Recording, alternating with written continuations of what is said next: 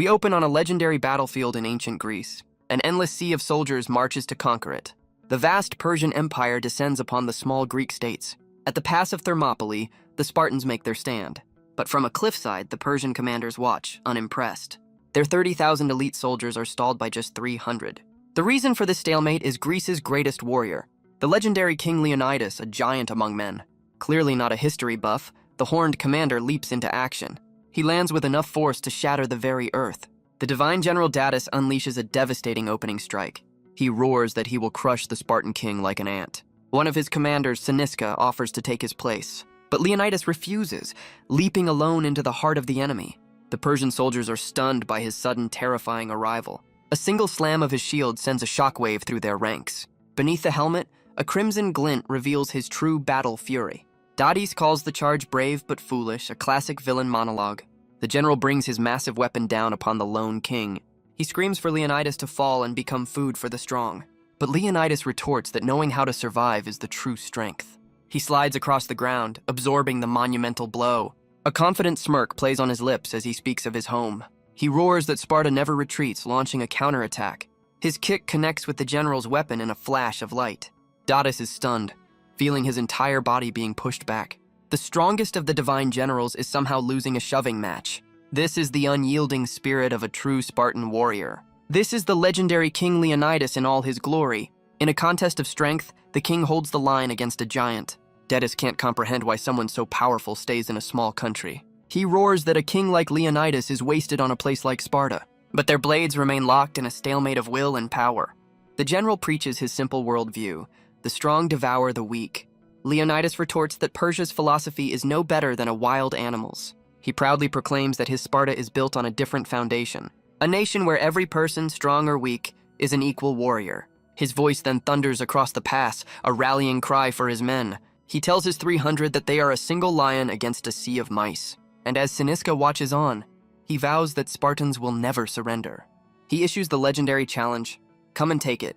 With a final, earth-shaking roar, he screams for all to hear. This is Leonidas I, the chosen hero of ancient Greece. He is known as Sparta's strongest, a man who became a king. But an ancient scroll reveals a very different origin story. His true identity is a reincarnated office worker from Japan. And just like that, the epic battle gives way to a drab office, where the only war is against last quarter's sales figures. His boss is berating him for his poor performance. Their company motto is, "Less than inspiring," to say the least. The boss continues his tirade, saying honesty is useless without results. We meet Leo Take Rio, a 25-year-old employee just trying to survive. The verbal assault continues, questioning how he can even show his face. His colleagues can only watch on, a mix of pity and secondhand shame. For one co-worker, this public dressing down is a familiar sight. She watches the scene unfold with a look of quiet contemplation. He walks away, resigned to the fact that he's always the target. In his mind, he was simply born a loser with no prospects. Later at a bar, a colleague loudly celebrates landing another huge deal. This man, Todoroki, marvels at his own success, a stark contrast to Ryo's day. Todoroki turns his attention to Ryo, asking how he's been lately. Ryo forces a smile, claiming he's doing just fine. His colleague admits he was worried Ryo's life was over. He then brags about a girl impressed by his elite company. He even offers some unsolicited dating advice to our boy, but Ryo's phone buzzes on the table, a sudden interruption. It's a barrage of angry texts from his section chief. A wave of panic hits Ryo as he realizes his mistake. Todoroki casually suggests he just lie to get out of it. The thought settles in. All he has to do is lie. But the fear of getting caught paralyzes him completely. Staring at his phone, he's trapped in a spiral of panic. Todoroki casually dismisses the boss's late-night demand. He urges Ryo to just lie and enjoy the rest of the night. For a moment, the simple solution seems so appealing. But the image of his boss's fury floods his mind again. He's completely paralyzed by a classic corporate dilemma. He begins to question what separates him from his colleague. He remembers their school days, when they were both just losers. But somewhere after graduation, their paths split dramatically. He recalls his college days, where his honesty cost him every job. Todoroki, a master of deception, landed a prestigious job with ease. Ryo's reality is a dead-end job with terrible pay and long hours. He once saw Todoroki as a fellow loser, but now they're worlds apart. He checks the time, the glow of the monitor, his only company. His watch confirms it's well past 3 in the morning. He slumps in his chair, having missed the last train home. The company sign, a cheerful smiley face, mocks his misery. The morning starts with a familiar scene. his boss's angry tirade. He forces a pained smile, his coworker watching with concern. Ryo retreats to the one place of solace in the office, the break room. His lunch for the day is a sad cup of instant noodles. He stares blankly, the taste of defeat stronger than the miso, but his lonely meal is suddenly interrupted by a knock at the door. It's his coworker, the one who saw him get chewed out earlier. Ryo is completely stunned that she's even talking to him. This is Asuka, the undisputed goddess of the sales department. And for some reason, she wants to speak with him, of all people. Our boy can barely form a coherent thought in her presence. She then drops a bombshell. She's been watching him and thinks he's cool. Ryo's brain completely short-circuits at her words. His mind leaps to the only possible conclusion. She likes him. But Asuka clarifies that his inability to lie is what's truly cool. Our boy is officially broken, stuck in a state of pure disbelief. She rants about their toxic office, where lying is seen as justice. A slow, hopeful smile creeps across Ryo's face. She admits she's been watching him work hard this whole time. She offers him a small gift, a token of her encouragement. Asuka tells him to take care of his health until his day comes. After all, a daily diet of instant noodles is a cry for help. Ryo can barely stammer out a thank you, completely flustered. With Asuka on his side, he thinks he might just survive this hell. His mind immediately leaps to a future with her. A classic overthinker, but his daydream is cut short by a senior colleague. Murakami-senpai has a new urgent task for him. It's a massive, confidential project for a new apartment complex. Ryo questions why he'd be chosen for such a huge responsibility. Asuka's encouraging words echo in his mind, a promise of recognition. Fueled by this newfound motivation, he eagerly accepts the challenge. With a fire in his eyes, he declares he will take on the project. He works through the night, the hours blurring together. Fueled by coffee and a desperate hope, he pours everything into it. Asuka's gift sits on his desk, a small beacon of encouragement. He vows to succeed, to finally become a man worthy of her. The next morning, he greets his senior with newfound confidence. He proudly presents his work, ready to impress his colleague. But Murakami casually informs him the project has been canceled. Ryo's world comes to a screeching halt, his mind unable to process. His senior just smirks, enjoying the utter devastation on his face. And then he bursts into laughter, because corporate life is just that fun. Murakami reveals it was all just a cruel prank. He scoffs that he'd never trust Ryo with a real project. The entire office joins in, calling him the team's deadweight. They even joke about shipping him out like unwanted cargo. Another colleague mocks his inability to lie, calling him sensitive. They slap a fragile sticker right onto his back. Ryo collapses to the floor, utterly humiliated by their laughter. But something inside him finally snaps, telling them to stop. That project was his one chance to finally impress Asuka. He stops in his tracks as a new thought begins to form. He realizes they'd never trust a real project to the office loser. He retreats to the break room, deciding that hope is the real enemy. But a familiar voice from inside stops him in his tracks. It's Asuka, and just like that, a flicker of hope returns. He reaches for the door, ready for another dose of her gentle encouragement. But the sounds from within are not exactly encouraging. Through the window, he sees two figures in a compromising conversation. It's Asuka, getting intimate with none other than his colleague Todoroki. Ryo's entire world shatters in a single horrifying moment. The office goddess was just another part of his corporate nightmare. Todoroki's hand moves in, a gesture of casual intimacy. They share a passionate kiss, shattering Ryo's last hope. Through the window, his eyes reflect a world turned to ash. He questions what he was even thinking, what he was hoping for. He finds himself on a rooftop, realizing he has nothing left. A dark thought takes root. Maybe it's time to end it all. He looks out at the city, lost in the weight of his delusion. He finally accepts the label they've always given him, a loser. How could he ever think a girl like Asuka would choose him? He grips the railing with nothing to his name and nothing to lose. He climbs over the railing, his mind listing all his shortcomings. If only he were smarter, better looking, or from a wealthy family. He concludes that with nothing to his name, he has nothing to lose. But one look down at the dizzying height sends a jolt of fear through him. He flinches back from the edge, his body betraying his dark resolve. He can only laugh at how pathetic he is, clinging to the railing for dear life. Tears fall as he realizes he doesn't even have the courage to die. Suddenly, a blinding light and a powerful wind erupt behind him. He's dragged backward, away from the edge against his will. His hand is ripped from the railing as he's pulled into the unknown. Ryo is flung through the air, his world turning upside down. He screams, his voice lost to the rushing wind. As his consciousness fades, he makes one final desperate wish. A single sliver of light cuts through the endless darkness. His eyes slowly open to the face of a beautiful, unknown woman. He reaches out, wondering if this is heaven, or just another delusion. But as he looks at his hands, a shocking truth dawns on him. He's been reborn as a baby, a very loud and very confused baby. His new mother looks down at him, a picture of grace and nobility. And just like that, Reo decides this life is already a massive upgrade. But the peace is shattered by an urgent command to see the elder. Reo is passed into the hands of a grim, weathered man. The elder gives him a rather invasive full-body inspection. He immediately declares the child has a weak constitution. With the Persian threat looming, he says they can't afford any burdens. His judgment is swift and brutal. Throw the child into a ravine. Rio's mind, still processing his rebirth, can't believe what he's hearing. He's brought to the edge of a chasm, his fate sealed by tradition. As he's lifted to the sky, he realizes he's about to be killed again. This isn't a second chance. It's a speed run to a second death. But just as the deed is done, the elder hesitates. He calls a halt, demanding one final look at the child. He stares into the baby's eyes, searching for something. And in their depths, he sees a legendary sign. The child's pupils burn with the crimson fire of Heracles. Reo is completely lost, while his mother sees a glimmer of hope. The elder reasons that if he is Heracles, he can survive anything. So instead of death, he sentences the boy to a life of slavery. The word echoes in Reo's mind, a fate worse than death. Apparently, starting from the bottom is his eternal curse. His new mother and the elder contemplate what to name him. They christen him Leonidas, Child of the Lion, a name full of hope. 13 years flash by in an instant.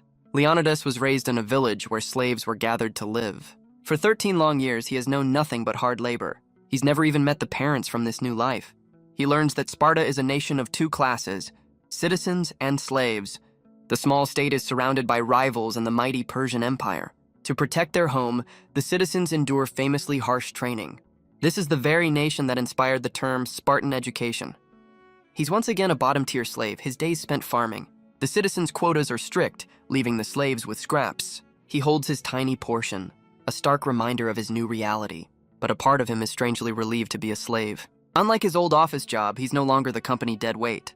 Another slave calls out to Leo as the collectors are on their way. He accepts his lot with a smile, ready to finish the task. Several days pass, and the scene shifts forward in time. At a Spartan granary, soldiers discuss Persia's divine generals. They dismiss the victory, full of that famous Spartan confidence. They boast that against the Spartans, any enemy would be crushed. But their conversation is interrupted by a polite young man. He introduces himself as one of the 12 divine generals. His name is Aslam, and he's looking for a friendly match, a challenge delivered with a disarmingly pleasant smile. He stands before the Spartan guards, a lone figure of calm authority. He is the 11th general serving directly under the Persian king. The soldiers are stunned, wondering how he bypassed their defenses. Aslam simply smiles as if trying to recall a minor detail. He then reveals the grim fate of the guards who stood in his way. With a confident smirk, Aslam agrees to their match, claiming 3 opponents is perfectly fine by him. The enraged Spartans charge forward, warning the arrogant kid he'll soon regret his words. They surround him in a flurry of spear thrusts, but the general moves like a phantom between their strikes. Peeking from behind his blade, Aslam scoffs at their skills, calling Greece's strongest warriors a disappointment. In a flash of steel, 2 of the Spartans are instantly taken out of the fight. The last soldier stands in stunned silence, his helmet knocked aside as he processes the sudden defeat of his comrades. Fueled by rage, he bellows that no one mocks Sparta and lunges forward for a final desperate attack. But his wild swing leaves him wide open, and he can only stare in shock as his arm is wounded. Aslam looks down on him with pity, utterly unimpressed that Sparta's finest fell to the lowest-ranked divine general. The defeated Spartan can only glare back, his pride shattered and his heart filled with pure hatred. The soldier's face contorts in horror at the general's words. Aslam casually wipes his blade, questioning if they were even real warriors. He smiles, saying he would have loved a proper match with them. That day, the fires of war reached Sparta's very doorstep. The nation's granary fell, taken down by a single divine general. Back in the slave village, the burden falls on the lowest class. They're told it's to prepare for Persia's impending invasion of Greece. One slave complains, pointing out they're the ones feeding the nation. He's quickly reminded that complaining is a fireable offense, literally. Leonidas knows the truth. To the Spartans, slaves are not people. He flashes back to his old life, realizing the cruelty is the same. It seems that no matter the world, terrible bosses are a constant. He wonders if bullying the weak is just a timeless human tradition. But his dark musings are interrupted by a gentle voice. A young woman with a kind smile approaches him. Our boy is immediately flustered by the unexpected attention. He stammers awkwardly, trying and failing to play it cool. She introduces herself as Eva, asking for his name in return.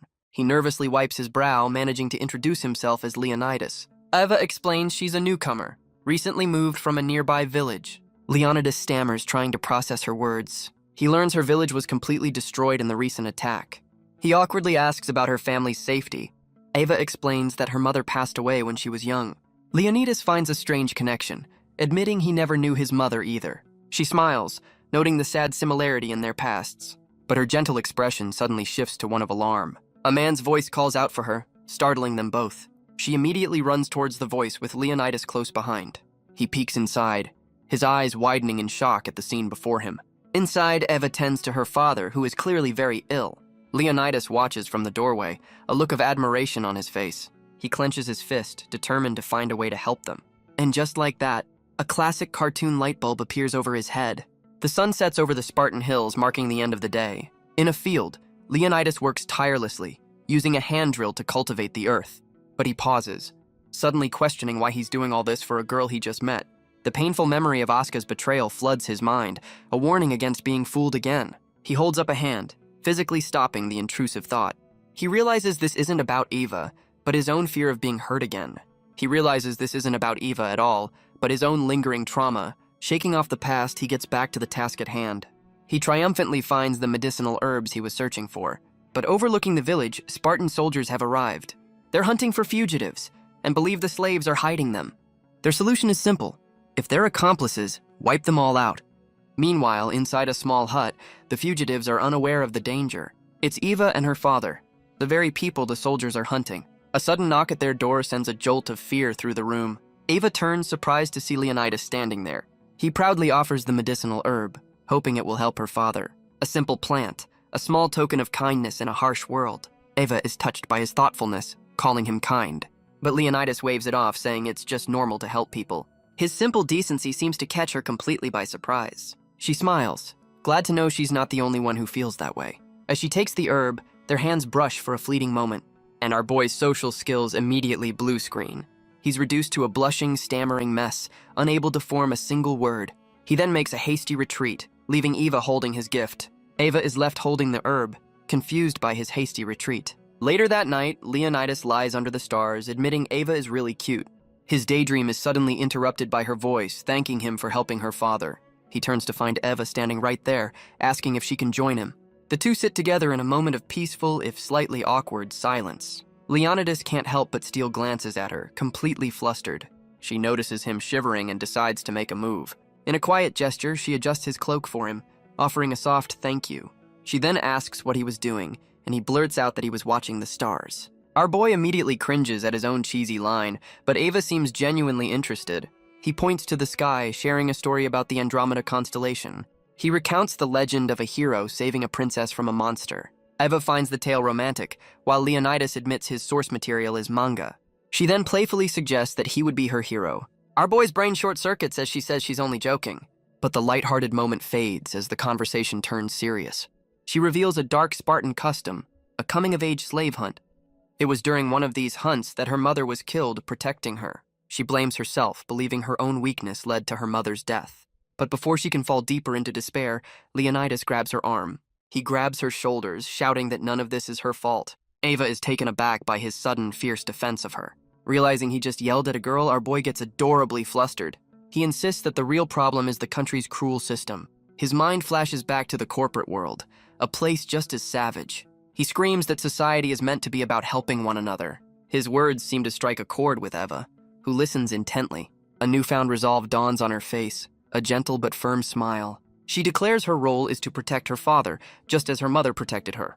Leonidas is stunned by her strength, her will to keep fighting. He reflects on his own words, realizing Eva is the opposite of his past life. Inspired by her resolve, he offers to do anything she asks. A small smile plays on her lips as she takes him up on his offer. She asks for a small favor: overthrow the entire government. Our boy is completely stunned by the scale of her request. She explains that to the citizens, the lives of slaves are worthless. She dreams of a nation where they can live without fear. Her earnest plea leaves Leonidas blushing and at a loss for words. She playfully reminds him that he did say he would do anything. She then offers him a small pendant, sealing their promise. She places the pendant in his hand, calling it a token of their promise. Our boy panics, realizing he has nothing to give her in return.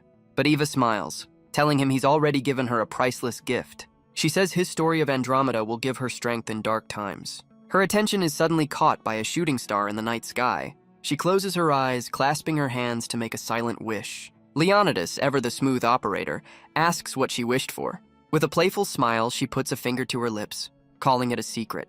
He can only stare, completely captivated by her presence. But their peaceful moment is shattered by a sudden unseen disturbance. A Spartan soldier declares they're hunting rebels in the village. From the hill, they watch as soldiers set the slave huts ablaze. Eva panics, realizing her father is in danger, and sprints toward the chaos. Down below, the soldiers show no mercy, brutalizing the unarmed slaves.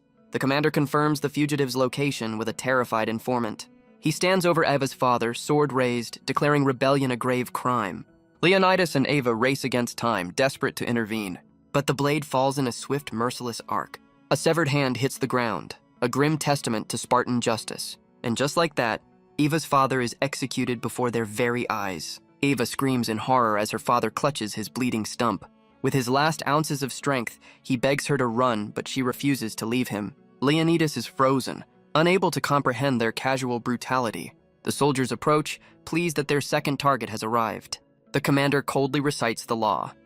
For a slave, rebellion means death. He looms over them, a clear symbol of their absolute power. His men decide to make a game of it, a coin toss for their lives. Because of course they do. Leonidas watches, his blood boiling at the sight of them enjoying this cruelty. His first instinct is to save Eva, but a familiar fear takes hold. He's just a slave boy. How can he possibly fight these trained killers? He's trapped between certain death and, well, also certain death. Memories of his past life flood his mind, a lifetime of being a doormat. He realizes that even in a new world, he's still the same coward. As the soldier flips the coin, their fates hang in the balance. Leonidas is frozen, his mind screaming in a desperate panic. He can't even protect the one person who showed him kindness. As the coin falls, Eva's words echo in his memory, her plea to become king and change this cruel world. And in that instant, something inside him finally breaks. With a surge of newfound will, he snatches the coin from the air. The soldier smirks, revealing the coin landed on tails. His comrade raises his blade, ready to send Eva to her father. But a blinding light erupts from Leonidas, stopping them cold. Eva watches, stunned by this sudden surge of power. The soldier's smug confidence shatters into pure panic. In a flash, Leonidas throws his own tunic at the man's face. The soldier is completely disoriented, his vision obscured. When he looks up, he sees a completely different person. Even Eva can't believe her eyes, calling out his name in disbelief. With crimson hair and burning eyes, Leonidas roars for them to stay away from her. His voice cracks with a power he's never known before. He charges forward, a blur of motion against the descending blade. With a desperate tackle, he slams into the soldier's midsection. The sheer force sends the armored man flying backward, disarmed. The soldier is stunned, grabbing a handful of the kid's hair in rage. But Leonidas holds on, his eyes burning with pure defiance. A brutal punch to the gut ends his heroic stand rather abruptly. The impact knocks the wind right out of him, his body seizing in pain. He collapses to the ground, his shonen power-up apparently on a timer. The soldier retrieves his sword, ready to end this little rebellion.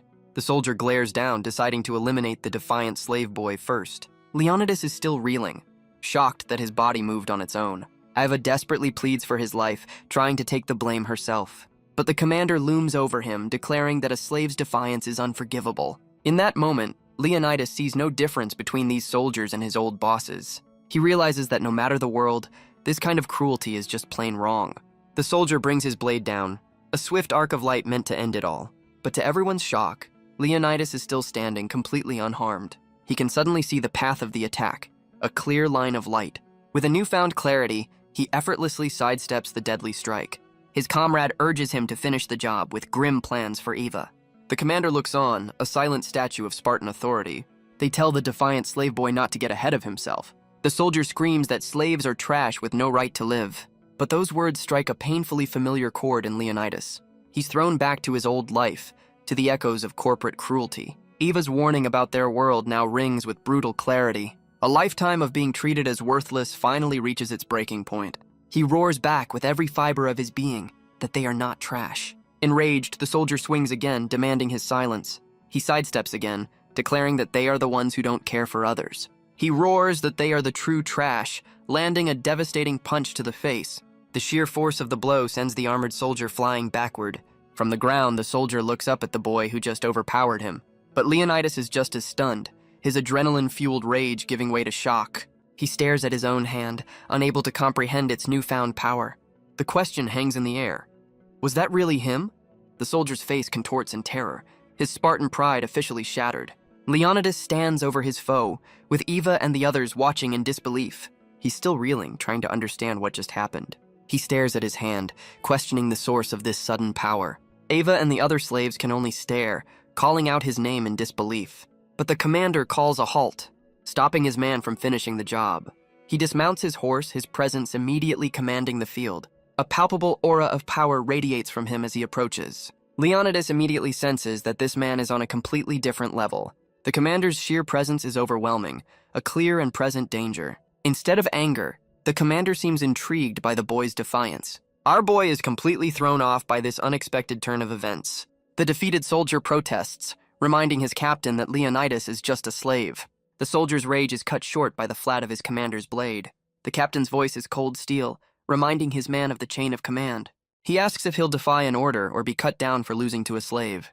The soldier's pride shatters and he can only submit to his superior. Suddenly, Leonidas is seized by 2 guards, his confusion mounting.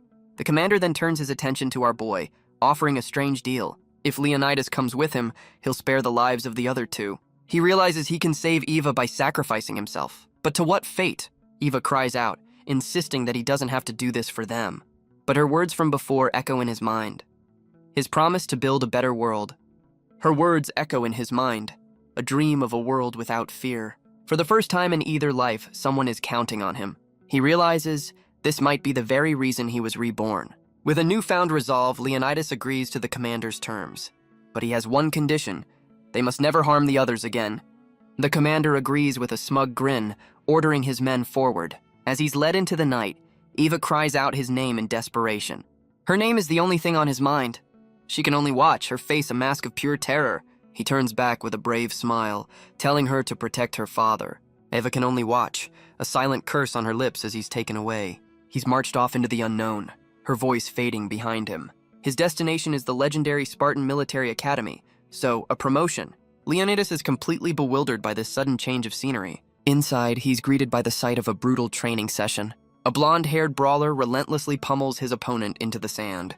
The beatdown is swift and merciless, a flurry of powerful strikes. The defeated man lies on the ground, battered and bleeding but not broken. His attacker grins, clearly enjoying every second of the one-sided fight. He finishes the match by slamming his opponent's face into the dirt. He adds insult to injury with a final bloody taunt. The victor stands over the loser, a picture of pure dominance. He spits out a bit of his own blood, completely unfazed. A severed ear lands in the sand, a grim trophy of the fight. Wiping his mouth, he looks ready for another round. Leonidas can only watch, his face a mask of pure shock. The brawler screams that this weakness will never defeat Persia. His opponent lies broken, a lesson for all to see. Leonidas realizes the rumors about this place were an understatement. An instructor grabs him, announcing he's the next challenger. Leonidas is completely lost, unable to process the sudden turn of events. He argues that as a slave, he can't fight, but the commander says Sparta needs all the strength it can get. The commander then points to the brawler, announcing their duel is set for tomorrow. Our boy panics, screaming that he's never even been in a real fight before, and his first opponent is a psychopath who literally bites off people's ears. No pressure. But the commander explains that in Sparta, only strength is justice and offers him a deal. If Leonidas can defeat the brawler, he will be granted citizenship. The offer hits him like a lightning bolt. Freedom means he can finally see Eva again. He then asks the million-dollar question, what happens if he loses? The commander's grin is pure ice as he reveals the simple, brutal alternative: death. Leonidas is completely stunned by the commander's brutal ultimatum. He's being asked to fight a life-or-death battle against a human monster, a man who just finished dismantling his last opponent with a sadistic grin. But the commander's words ring with the harsh truth of this new world. Our boy can't process it, a slave dueling a seasoned warrior. The fear is real. One mistake means his second life is over before it began. He flashes back to his old life, where the worst he faced were bullies, not executioners. The commander walks away, casually scheduling the duel for the next day. He then assigns a young woman to give Leonidas the grand tour of his potential tomb. The commander leaves with a chilling smile, clearly looking forward to the show. He can't believe his luck. Reincarnated just to be executed. A hand is extended, a friendly greeting in this brutal place. The young woman introduces herself as Tertius, but goes by Terror, Leonidas is still trying to process who this person is. He introduces himself, letting slip his origins in the slave village. The words hang in the air, and Leonidas immediately regrets them. He panics, remembering that citizens often kill slaves for sport. But Ter just smiles, brushing off his past and leading him away. She leads him to a grand building, the Academy's barracks. Inside are the simple quarters where the citizen soldiers live and train. The dining hall is as Spartan as the name implies. Ter explains that everything here is dedicated solely to battle. Leonidas realizes this life might be even harder than slavery. Ter offers to give our boy a crash course on Spartan society. She explains their training begins at age 7, with full combat at 12. Leonidas realizes this is even worse than his old corporate job. They train non-stop until 18, completely cut off from their families. Only the strongest survive to become full-fledged soldiers. He panics, realizing he won't see Eva again for 5 long years. Ter adds that this communal life continues even after graduation. Leonidas questions why everyone is so obsessed with fighting. Ter explains that with slaves outnumbering citizens 5-1, force is the only way they maintain control. But she admits she's against this oppression, knowing they rely on the slaves to survive. Leonidas is stunned to find a citizen who thinks this way. He calls her kind, but she gets flustered, quickly denying it. She admits she's weak and often bullied, so she understands his position. He realizes that Ter might be a true ally in this brutal world. But their conversation is cut short by an unwelcome voice. It's the ear-biting brawler, and he's come to greet the newcomer. Leonidas immediately recognizes the psychopath he's scheduled to fight to the death. The brawler gets right in his face, asking about his slave origins. But Leonidas stands his ground, refusing to be intimidated. The brawler then asks a question so stupid it's almost impressive. He and his lackeys erupt in laughter at their own cruel joke. He pities Leonidas, calling him unlucky for being born a slave, and even unluckier to be matched against him for his first and last fight. Leonidas can only glare, while Ter watches on with growing concern.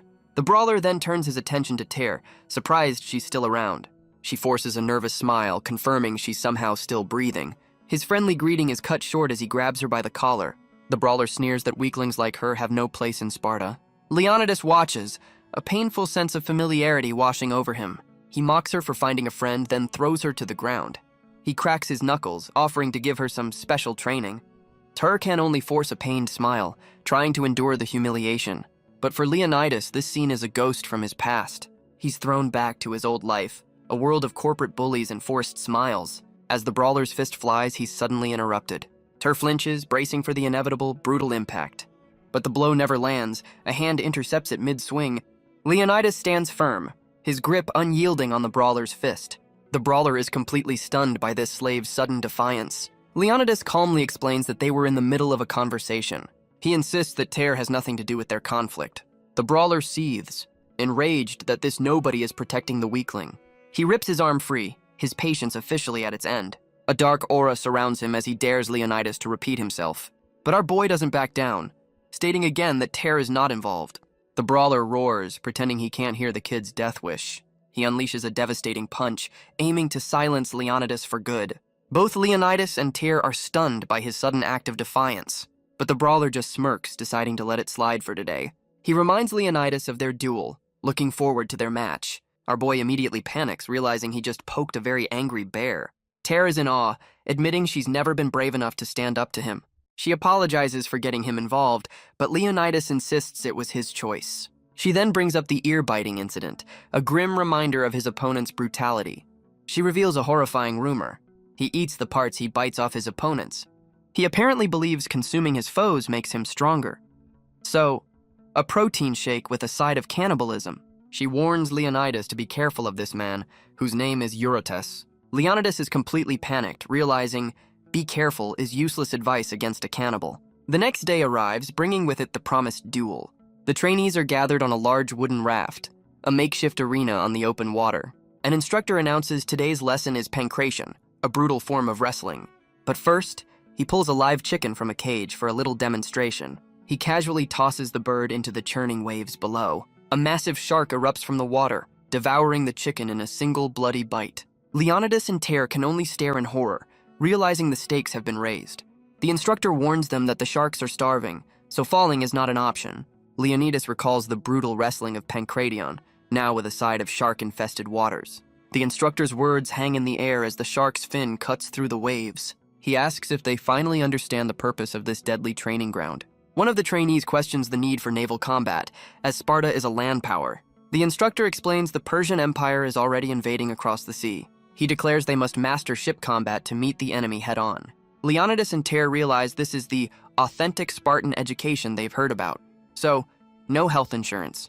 The instructor orders the trainees to prepare for their individual matches. With a single word, the first brutal duel of the day begins. Two young soldiers immediately clash in a flurry of desperate, wild strikes. One lands a vicious blow, a clear sign of the brutality to come. The trainee lands a brutal blow, his knuckles cracking against armor. A powerful strike sends his opponent flying off the wooden raft. The loser hits the churning water, his fate sealed in an instant. A massive shark erupts from the depths, its jaws wide for the kill. Leonidas and Ter can only watch, their faces frozen in pure horror. But Eurotas, the ear-biting brawler, looks on without a flicker of emotion. He and his lackeys share a cruel smirk, clearly enjoying the show. Leonidas screams, asking why no one is helping, but Ter knows the grim truth. The water turns red, a grim confirmation of the Academy's zero-tolerance policy. Leonidas stares, the brutal reality of his new life finally sinking in. One of the trainees vomits over the side, unable to stomach the brutality. But Eurotas just scoffs, calling their weakness a disgrace to Sparta. The trainee realizes this place is even worse than the corporate hell he came from. The instructor then announces the final match of the day, Eurotas versus the newcomer. Leonidas' foot trembles, the fear of the moment finally setting in.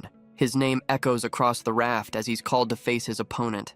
The instructor stands between them, a referee in a fight to the death. He reminds Leonidas of the stakes, win, and he becomes a citizen.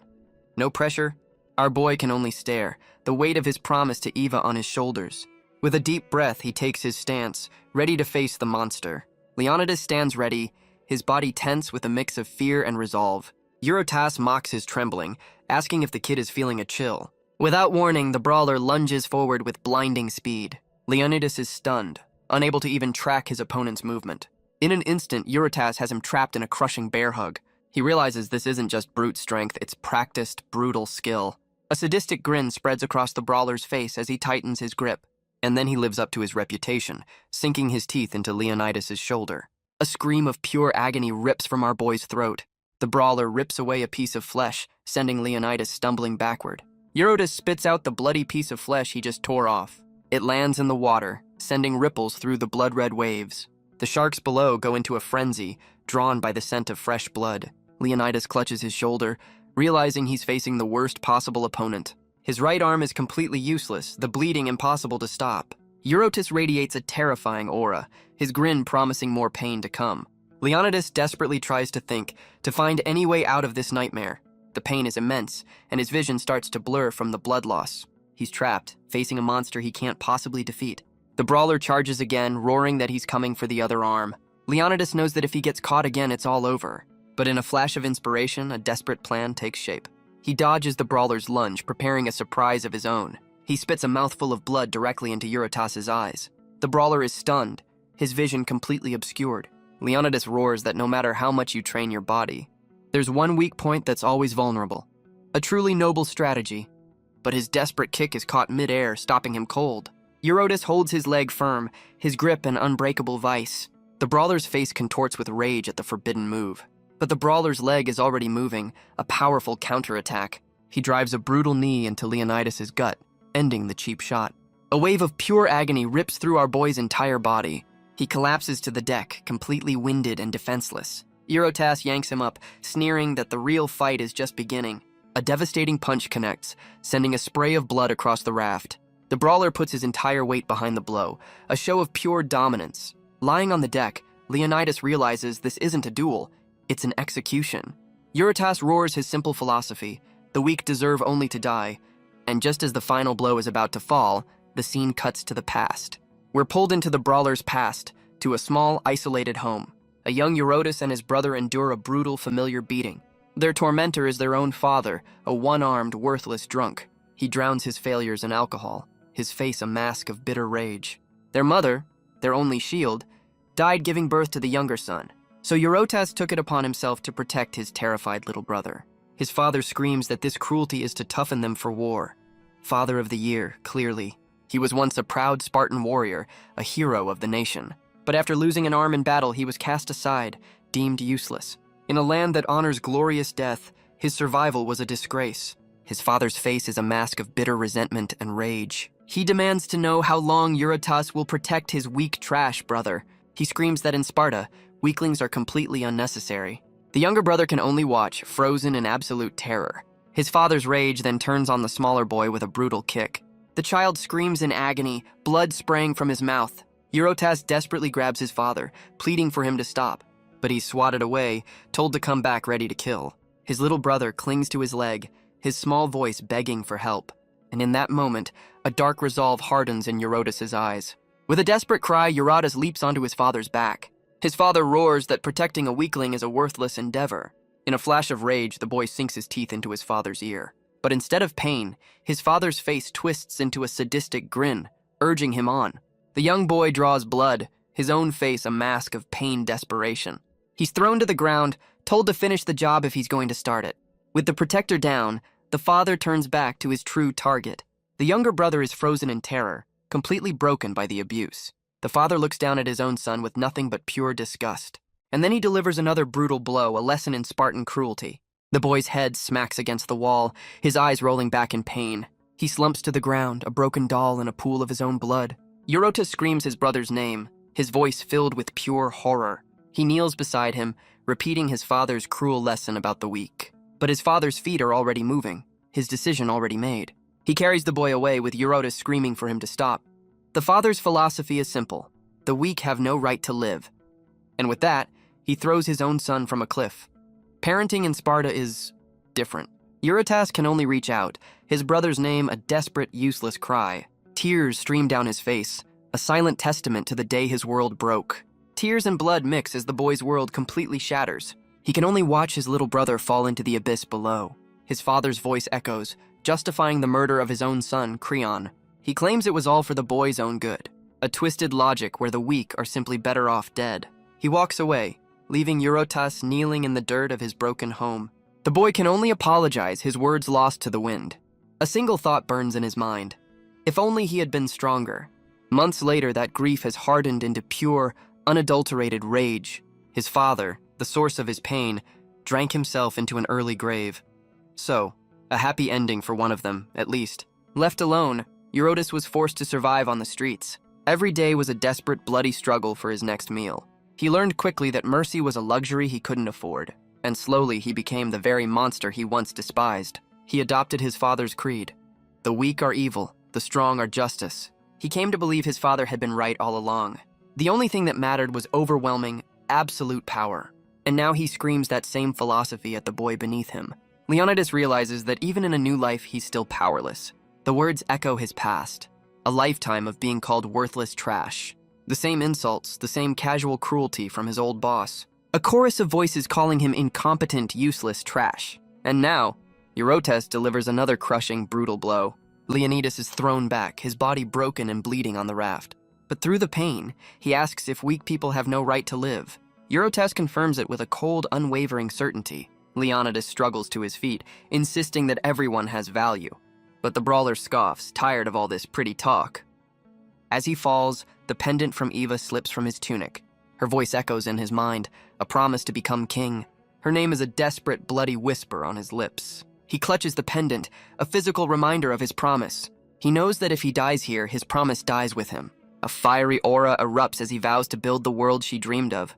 But Eurotas just grins, ready to deliver the final lesson. He roars that in Sparta, the weak are nothing more than trash. But that one word strikes a deeply personal, painful chord. As Ter watches in shock, something inside Leonidas finally ignites. With every fiber of his being, he screams that he is not trash. For the first time, the brawler seems genuinely taken aback. A crimson aura erupts around Leonidas, stunning his opponent. He lunges forward, his eyes burning with a newfound power. A brutal uppercut sends the brawler reeling backward. Eurotas can't comprehend this sudden surge of strength. With a bloody snarl, Leonidas declares himself a Spartan warrior, but the adrenaline rush is quickly followed by a wave of pain. He fights through it, delivering a desperate, bone-shattering headbutt. Blood sprays as the brawler's face meets our boy's forehead. The unexpected blow sends Eurotas stumbling across the raft, and with a final roar, he vows that he will become king. Eurotas stumbles back, unable to believe he's losing to trash. He grabs Leonidas by the collar, his rage boiling over. He delivers a brutal headbutt of his own, screaming at the kid's arrogance. Leonidas is thrown off balance, the force of the blow rattling him. Eurotas screams that he's annoying trash, unleashing another punch. But Leonidas roars back, demanding he take it back with a punch of his own. The brawler retaliates with a vicious uppercut, declaring Sparta has no need for him. Leonidas refuses to be silenced, landing a desperate blow to the chest. Eurotas screams his father's creed, the weak are not needed. He puts all his strength into one final blow, roaring that they are trash. He screams that oppressing others is the true mark of trash. He ignores the searing pain in his arm, his will overriding his body. He roars that Eurotas is the real worthless garbage, landing a devastating blow. The sheer force of the punch sends the brawler flying across the raft. He crashes to the deck, completely stunned by the slave boy's power. The adrenaline fades, leaving Leonidas gasping for air, his body screaming in protest. Eurotas lies broken on the wood, the fight seemingly over. But the commander speaks, agreeing that weak trash has no place here.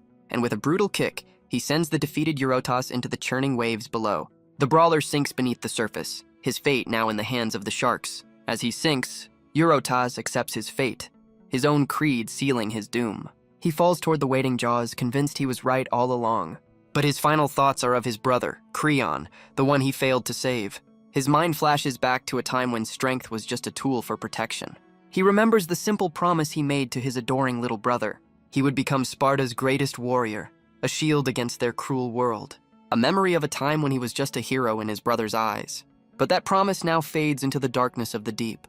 The tough facade finally cracks, replaced by pure, primal terror. He realizes he's about to die, just like the weak he always despised.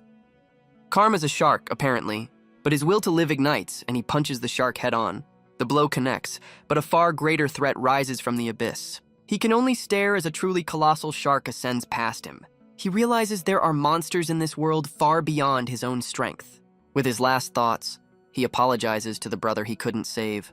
He falls into the abyss, his promise to Creon broken forever. But a spear cuts through the water, a sudden, impossible intervention. The massive shark is impaled, its attack halted in an instant. Apparently it's not Shark Week. Eurotas is left completely stunned, his execution suddenly postponed. On the raft, Leonidas clings to the commander, having thrown the spear himself. The scene rewinds, taking us back just 3 minutes in time. On the raft, the duel is over and Eurotas is gone from sight. Leonidas and the commander stare down at the ripples in the water. Our boy knows that at this rate, Eurotas will be eaten by the sharks. He tries to convince himself that this is fine, that it's a fitting end. But he feels no satisfaction, even though the man tried to kill him. His mind flashes back to his old boss's cruel philosophy. A world where you survive by stepping on others to get ahead. Suddenly, Ter and the other trainees spot something massive in the distance. A truly colossal shark erupts from the depths, dwarfing all the others. The commander casually identifies the beast as a rare megashark. Leonidas knows with grim certainty that Eurotas is about to die. His hand grips the raft as he questions if he can just let this happen. He turns to the commander, declaring he's borrowing his spear. With a swift motion, he snatches the weapon from his superior's grasp. A crimson aura ignites as he roars that this just doesn't feel right. He hurls the spear with impossible force, a beam of light into the depths. The commander can only stare, stunned by the boy's sudden action. The water erupts as the spear finds its colossal target. The megashark rears back, impaled directly through the eye. Ter and Leonidas watch in disbelief, realizing the impossible shot actually landed. Down below, Eurotas surfaces, gasping for air, his life spared by a hair's breadth. Leonidas calls out his name, a desperate plea across the water. Ignoring his own wounds, he offers a hand to the man who just tried to kill him. The brawler can only stare, completely baffled by this act of kindness. In a moment of pure defiance, the slave boy pulls his enemy from the jaws of death. With a final heave, he drags the defeated brawler back onto the raft. They collapse onto the deck, two exhausted fighters in a moment of stunned silence. So much for that death match. But the commander's voice cuts through the quiet, calling the act ridiculous. He looms over Leonidas, his clenched fist a clear sign of his displeasure. A brutal punch connects, a harsh lesson in Spartan gratitude. Leonidas is sent flying, his act of mercy repaid with pure force. He crashes through the raft's railing, inches from the churning water. As Ter helps him, he realizes the commander's power is on another level. The commander looms over him, his aura radiating absolute authority. He roars that on the battlefield, those who show mercy are the first to die. Leonidas and Ter can only stare, stunned by the brutal lesson. The other trainees are frozen in terror, the reality of their world sinking in. He ends the lesson, disappointed that only 4 people died today. So, a C- for effort. But his judgment is confirmed. This slave boy is no ordinary person. Tur helps the battered Leonidas, his victory feeling anything but triumphant. On the raft, Eurotas lies defeated, his world completely upended. He can only curse his own weakness, saved by the very trash he despised. Night falls over the brutal academy, but for some, there is no rest. In the barracks, Leonidas lies awake, his body aching from the fight. He stares at his hand, still unable to process the day's events. He won the duel and earned his citizenship, but the prize is more brutality. And with 5 years of training ahead, he can't return to Eva. Suddenly, the sound of footsteps breaks the silence of the night. He sits up, wondering who would be visiting him at this hour. The visitor is none other than Eurotas, the man he just defeated. His face is bruised, his expression a mix of anger and something else. Leonidas immediately assumes the worst. He's here for revenge. But instead of a punch, a small pouch is thrown right at his face. He catches it, completely confused by the unexpected gift. Eurotas explains it's a medicinal herb to help with his wounds. He clarifies that this isn't a thank you, calling Leonidas crazy for saving him. Leonidas can only offer a small, knowing smile in return. The brawler insists he just doesn't like being in anyone's debt. He vows to repay the debt on the battlefield, leaving Leonidas with a new, very complicated ally. But the commotion has woken Ter, who watches him from her bunk. She realizes that Leonidas has the power to change even a monster like Eurotas. She wonders if he's destined for greatness, but quickly dismisses the thought. Leonidas looks at the gift, a small smile on his bruised face. Meanwhile, in the heart of the Persian Empire, a seer reads the future. They sit at the center of a vast astrological map, divining the stars. A shadowy ruler asks for the results of their celestial reading. The seer reveals that in Sparta, a new crimson light has been born. Though weak now, this light is fated to become a threat to their entire empire. The ruler scoffs, declaring that any opposition to Persia will be extinguished. He vows to extinguish this small light with an overwhelming darkness. This is the ruler of the vast Persian Empire, Emperor Darius I. He believes that even the smallest problems must be crushed immediately. He entrusts this mission to one of his 12 divine generals, Al-Muray. The general kneels, readily accepting the order to snuff out this new threat. Darius admits the mission is difficult, but he has high expectations. Al-Murad is honored, declaring the generals are merely extensions of the king's will. He vows to dedicate his entire being to fulfilling his majesty's command. A true company man. As the general turns to leave, his deadly mission now set in motion, but the emperor calls out another name, summoning a new figure from the shadows. He orders a blue-haired woman to follow Murat's trail to Sparta, but he adds a crucial condition. She must remain completely unseen. He explains that even a divine general might fall to Sparta's elite. Her true mission is to clean up the mess if Murat fails. She accepts without question, vanishing in a flash of light. The emperor is left alone, contemplating his far-reaching plans. A confident smirk reveals he's a man who leaves nothing to chance. Meanwhile, the General Al-Murat rides hard for the Spartan border. But even a divine general can't shake the feeling he's being watched. He stops his horse, calling out the name of his unseen shadow, Mausa.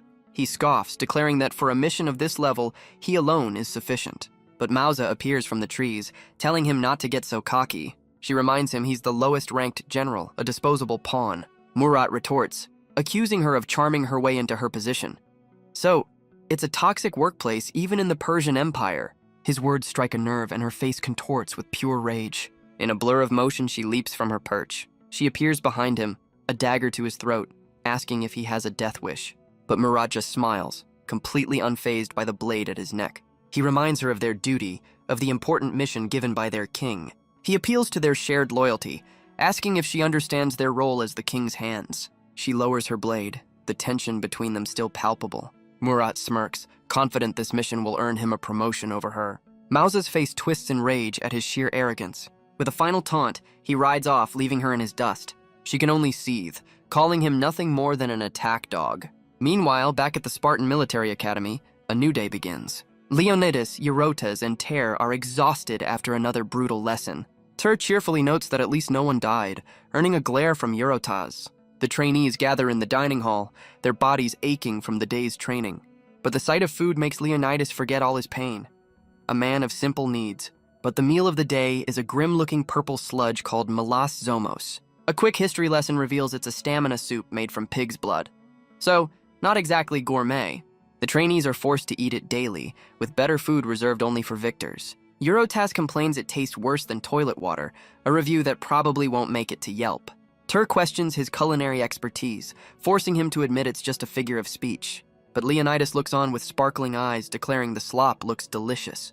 He flashes back to his old life, to the lonely taste of instant noodles at midnight. He realizes that even disgusting soup is better when you have friends to share it with.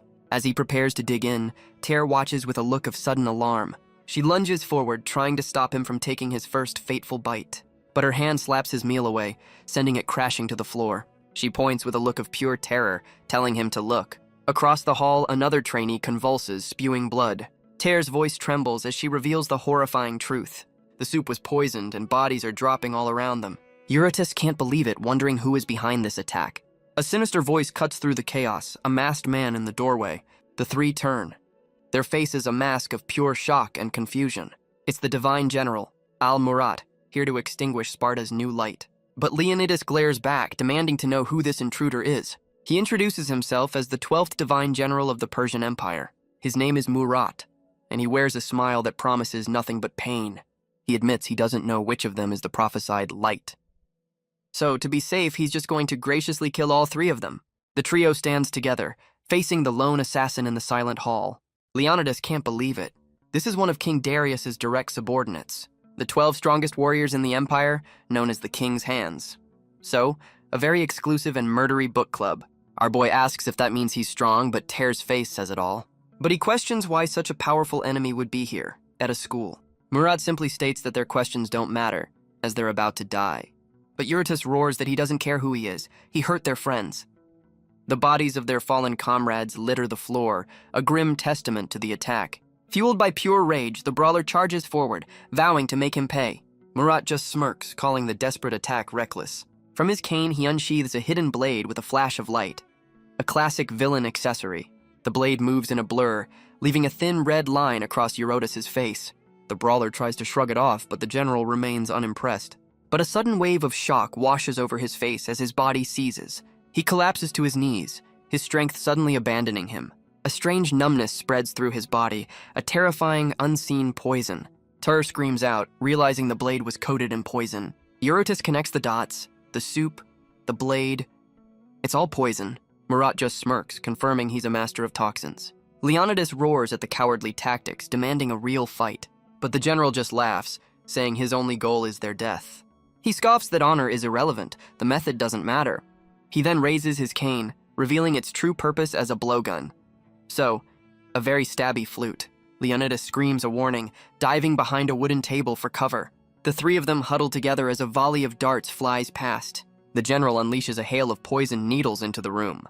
The poisoned darts slam into their makeshift wooden cover. Leonidas questions why a general would target mere rookies. Tare realizes he's here to cut down Sparta's future soldiers. Eurytus curses his cowardly tactics, urging them to escape. But Tare panics, knowing they stand no chance against a divine general. Leonidas cautiously peeks over their cover, looking for an opening. Murat calmly reloads his weapon, ready for another volley. Another hail of darts reinforces just how trapped they truly are. Our boy admits they can't win, but his mind is already racing. He knows if this man escapes, countless innocent lives will be at risk. Leonidas declares they have to hold him off until help arrives. But Tare is frozen, ashamed that her first thought is self-preservation. She clenches her fist, disgusted by her own cowardice. Eurytus asks the obvious question. How do they stop a divine general? He quickly analyzes the situation, noting the general's ranged tactics. Judging by his build, he might not be a close-quarters fighter. A flicker of hope ignites in Tare's eyes. This might not be impossible. Leonidas asks if Eurytus can still fight, and the brawler grits his teeth, ready for round 2. But Murat grows tired of the game, his dark aura intensifying. Leonidas calls out to Tare, and the two prepare to make their move. Leonidas and Tare spring into action, launching their desperate plan. They hurl wooden plates, a rather underwhelming opening move. The general scoffs, swatting the projectiles away with ease. But from the side, Eurytus charges in for the real attack. The general is stunned, realizing he fell for their diversion. He roars that the plates were just a simple, effective decoy. His fist connects with a devastating, bone-shattering impact. Leonidas and Tare celebrate, believing they've actually won. So much for that divine general title. The general's helmet clatters to the floor, a symbol of their victory. Eurytus stands over him, mocking the fallen general's weakness. Eurytus gloats that the divine generals are nothing special after all. But the fallen general begins to shake, not from pain, but from laughter. He repeats the insult, his voice dripping with pure, unhinged amusement. He rises, revealing a horribly scarred face, and promises a demonstration. The trio's triumphant expressions immediately shatter into pure shock. He points, his voice filled with rage at the way they're looking at him. He screams that he's endured those judgmental eyes his entire life, ever since a single fateful day that changed everything for him. And just like that, we're pulled back over a decade into the past. We see two young boys sparring, their faces full of innocent joy. We're in Persepolis, the capital of Persia, many years ago. A young Murad explains he was born with a small, weak body. His true passion was studying nature, especially plants and insects. He would proudly show his mother every new discovery he made. She encouraged his dream of becoming a great scholar one day, but his gentle nature was seen as a weakness in a harsh world. His two older brothers relentlessly bullied him for his frailty. He could only endure the beatings, pleading for them to stop, but his mother would always rush in to put an end to their cruelty. Her love was the only thing that helped him survive his childhood. But the bullying from his brothers only grew worse over time, until one day, their cruelty took a truly tragic turn. They mock his love for insects, deciding to give him a closer look. Their destination is a dark, hollowed-out tree, a perfect prison. The young boy pleads, his eyes wide with pure terror. But his pleas are ignored as he's shoved into the darkness. Trapped inside, he can only stare out from his wooden tomb. He soon realizes he's not alone, and his new roommates are less than ideal. He screams for his brothers, begging them to let him out. But they only watch on with cruel, empty smiles, enjoying his suffering.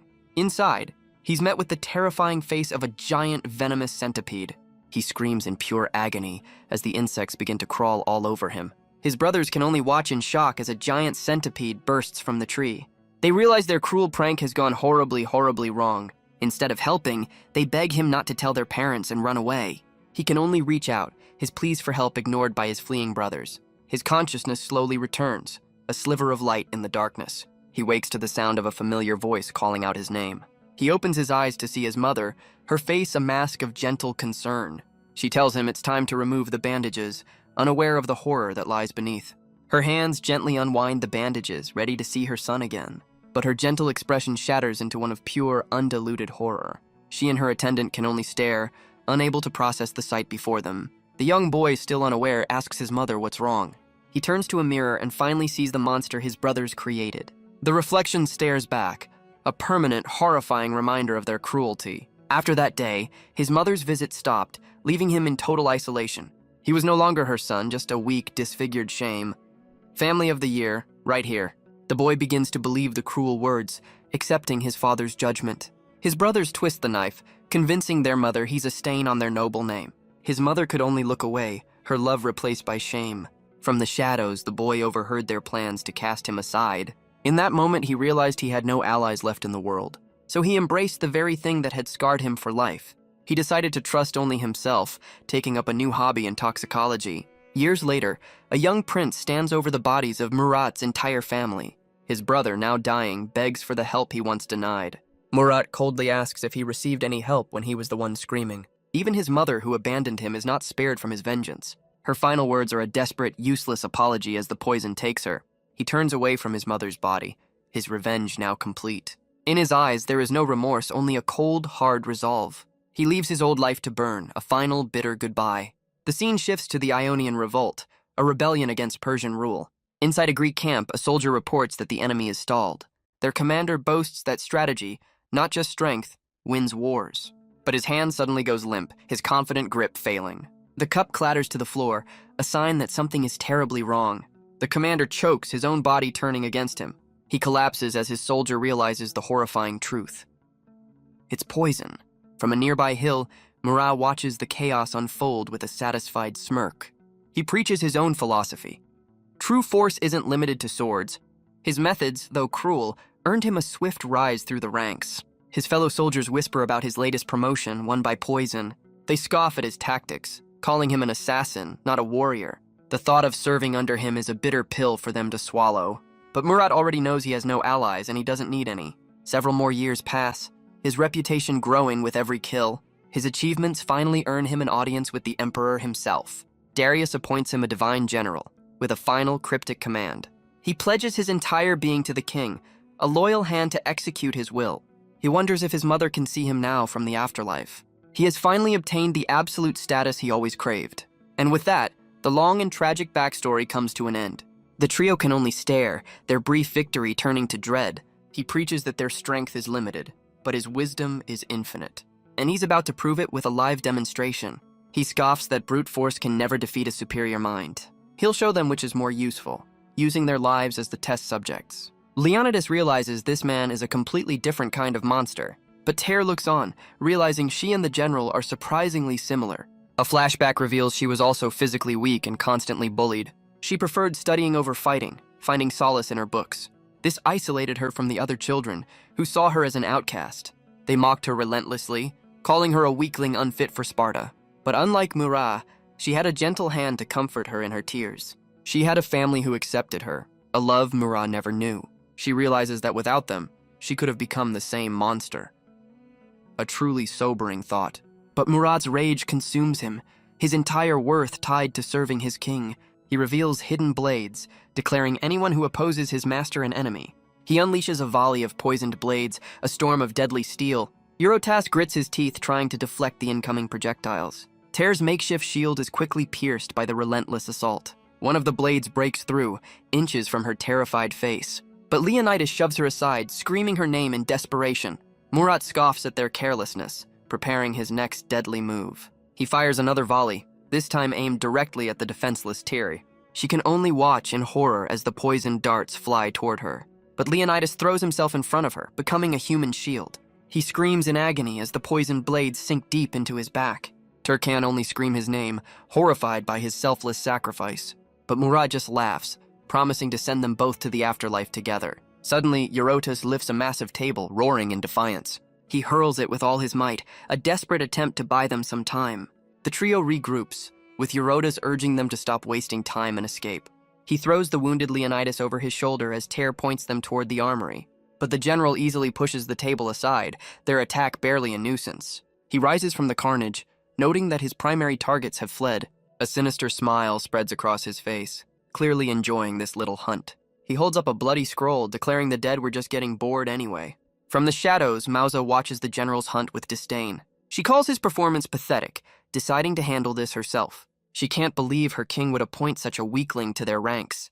Meanwhile, in the armory, the trio tries to regroup and tend to their wounds. Eurotas performs some battlefield surgery, trying to get the poison out. Ter apologizes, knowing he was only hurt because he protected her.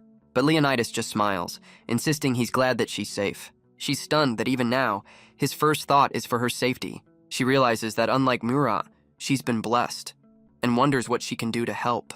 But their moment of reflection is cut short by a familiar, unwelcome shadow. From the doorway, a horrifying swarm of giant centipedes emerges. The trio can only stare in shock, unable to believe the size of the creatures. Murat reveals these are the same monsters that scarred him for life. He smirks, promising that there is absolutely nowhere for them to run. He warns them that one bite from these things will melt their faces right off. So, a very aggressive chemical peel. But Eurotas refuses to go down without a fight, grabbing the nearest sword. He unleashes a powerful swing, slicing through the first wave of the swarm. But for everyone they kill, 10 more seem to take its place. One of the creatures sinks its fangs deep into Eurotas' leg. Leonidas cries out as another one latches onto him, its venom searing his flesh. Leonidas and Eurotas form a human shield, trying to protect Ter from the swarm. But the army of giant centipedes keeps advancing, trapping them in the armory. Ter is frozen, realizing she's once again the one being protected, completely useless. A surge of frustration hits her. She refuses to remain a burden forever. Her mind flashes back to her childhood, to a time she felt just as weak. But her mother's words echo, a promise that her knowledge would one day save someone. She realizes that if her mind is her weapon, she has to use it now. With a fire in her eyes, she declares that this is her moment to finally fight back. Her mind races, analyzing the creature's weaknesses and their environment for a solution. She turns to her friends, her voice filled with a strange confidence. They need to get outside. But Leonidas points out that this would unleash the monsters on the city. Ter just smiles, confidently telling them to trust her plan.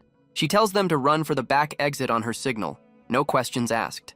Eurotas questions the plan, but Leonidas insists they have to trust her. With a single word, they sprint for their lives in a desperate gamble. They crush several of the creatures underfoot as they make their escape. But one of the centipedes latches onto Eurotas' leg, its fangs sinking deep. Another one bites Leonidas, adding more poison to his already battered body. They burst through the door, only to find Murat waiting patiently for them. So much for that brilliant escape plan. The general mocks their retreat after all their talk of fighting fair. With a single command, Murat unleashes his venomous pets upon them. The trio sprints down the corridor, the swarm of centipedes closing in fast. Leonidas and Eurotas realize they're about to be overtaken by the nightmare creatures. But Tear screams for them to keep running, a desperate plan forming in her mind. The two boys burst from the darkness, sprinting into the open courtyard. From her hiding spot, Mauza watches the two targets emerge from the building. She's surprised to see only two, wondering where the third member of their party went. Back inside, Tear has found exactly what she was looking for. Her friends scream for her to hurry, knowing the swarm is seconds away. She struggles with a massive clay pot, her strange plan now in motion. With a mighty heave, she unleashes a wave of water into the corridor. Leonidas and Eurotas can only stare, completely baffled by the sudden turn of events. They look around, realizing the entire swarm of centipedes has vanished. Leonidas turns to Tear, demanding to know what just happened. She explains that centipedes are nocturnal and hate the sun, preferring humid places. So she created the perfect dark, wet trap, and they all crawled right in. Who knew biology was so useful? But Murai emerges from the darkness, calling their little trick ridiculous. He reminds them that outsmarting his pets doesn't change their fate. Tur whispers to her friends, telling them to get ready for her signal. The general reveals his ultimate poison, ready to end this fight for good. With a single word from Tear, the two boys sprint into action. The general is completely caught off guard by their sudden charge. Their target is a massive clay pot filled with water. With a combined effort, they lift the heavy container. They hurl it at the general, shattering it in a massive splash. Soaked and furious, Murat clutches his arm as his pets recoil. The trio celebrates, believing they've actually pulled it off. Leonidas declares it a comeback victory, a testament to their teamwork. He immediately gives all the credit to Tear's brilliant strategy. Tur can only stare, touched by his unwavering faith in her. Her mother's words echo, a promise that she can be useful even without strength. She turns to Murat, agreeing that wisdom is a weapon for the weak. But she declares that strength and wisdom are not meant for oneself. With a fiery roar, she proclaims they are meant to be used for your friends. Murat just laughs, asking if the bugs have finally gotten to her brain. He reveals his ultimate poison, boasting that he's immune to his own toxins. He spent years building a tolerance, a diet that would kill any normal person. Tear's confidence shatters, realizing her plan has a fatal flaw. The general smirks, reminding them that while he's immune, they are not. And just like that, Leonidas's legs give out from under him. The poison from the earlier attacks finally takes hold. He glances over, realizing Eurotas is also reaching his limit. Murat looms over them, a symbol of their impending doom. But Leonidas refuses to give up, his mind racing for a solution. He screams that he will defeat him, and all three of them will survive. His friends rally behind him, their spirits reignited by his will. The general just smirks, amused by their futile display of courage. He throws off his cloak, ready to unleash his final deadly weapon. He reveals a jar containing a mist 1,000 times deadlier than his pets, a poison that will ride the wind and kill every last person in Sparta. So, no half measures then. But from the shadows, Mauza scoffs at his indiscriminate methods. Murat declares his only ally is the king, his loyalty absolute. He raises the jar high, screaming for the insects to perish. The trio can only brace for the end, their bodies failing them. But in a flash of light, the general's arms are severed midair. Well, that's one way to disarm someone. Murat can only stare in disbelief, his ultimate plan cut short. A mysterious warrior lands between them, her blade still smoking. She offers a casual smile, apologizing for her late arrival. Leonidas stares, completely bewildered by this sudden, powerful savior. The white-haired warrior stands tall, asking our boy for his name.